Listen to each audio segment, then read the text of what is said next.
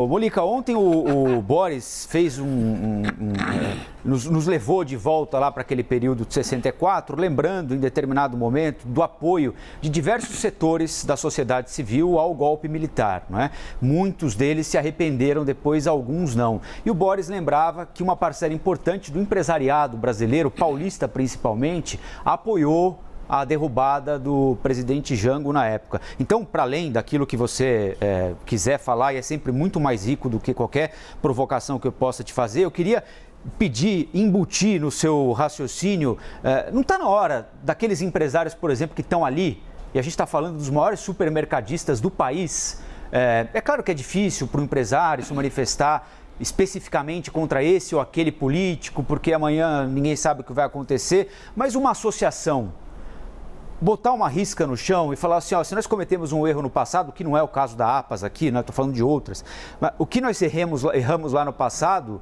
não será repetido no futuro, então, debaixo do nosso teto não há espaço para discussão sobre se a democracia vale ou não vale.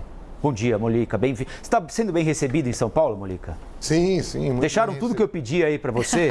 Café da manhã, cafezinho, massagista, para dar aquela relaxada nos ombros. Faltou a praia, viu? Eu pedi, mas faltou a praia. Mas fora isso, deve ser por causa do frio, né? Providenciaremos, Molica, em breve. Mas vamos lá. Bom dia, Colombo, Boris, Stephanie, bom dia a todos. Vamos lá, né? Essa questão de 64... E agora projetando para hoje. Claro, a situação é completamente diferente. Né? 64 eu era muito pequenininho, tinha 3 anos, o que eu sei é de ler, de estudar, né? De acompanhar, ver filmes da época, enfim. Havia ali havia setores da sociedade muito preocupados com a situação do governo João Goulart e havia principalmente militares preocupados com a insubordinação nas Forças Armadas. Foi algo muito desastroso por parte do então presidente João Goulart, por cometer gestos que davam a entender a possibilidade de quebra de hierarquia nas Forças Armadas, o que é algo muito sagrado dentro de qualquer Força Armada, qualquer exército, enfim, qualquer marinha, aeronáutica. Então, mas aí já havia setores reclamando, falando em risco de comunismo, e havia Guerra Fria, coisa que não há hoje. É muito difícil para um empresário se posicionar contra um governo, qualquer governo.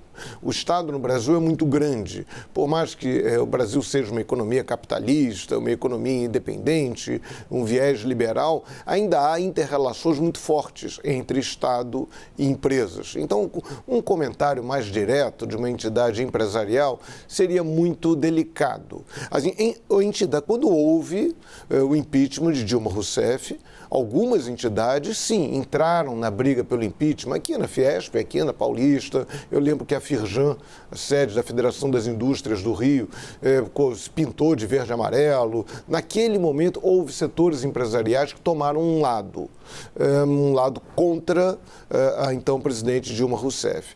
Neste momento, é muito difícil você pensar que entidades empresariais possam se manifestar contra o presidente Jair Bolsonaro. Podem sim, talvez, fazer um manifesto defendendo a democracia, reforçando o compromisso com a Constituição, mas seria muito improvável algo mais direcionado, até porque o Bolsonaro pode ser reeleito. Ninguém quer comprar briga com governo nenhum, ainda mais quem investe tantos e tantos milhões na economia. Mas vamos lá, a gente está falando aí também dessa questão de mais esse momento do Jair Bolsonaro. Falava em morde a sopra, eu diria que ele morde e rosna. O que ele tem feito agora virou constante. Ele botou na cabeça dele que o importante não é discutir reforma administrativa, nem reforma tributária, negócio de pretório, deixa lá na Petrobras, o novo ministro resolve, deixa aí o problema de preço de alimentos, isso aí é outro problema. O problema dele é só discutir questão eleitoral. E, melhor, é só tratar mal do processo eleitoral, é só lançar suspeitas absolutamente infundadas sobre o processo eleitoral. Ele não apresenta uma prova, não apresenta uma evidência, ele sequer se dá o trabalho de pegar aquele relatório que o Exército encaminhou para o TSE, ele não se dá o trabalho de pegar aquele relatório e dizer, olha, esse ponto aqui é perigoso, esse ponto... Não, é genericamente. O objetivo dele é levar o processo eleitoral ao descrédito. E é curioso que agora ele é presidente da República, ele tem poder.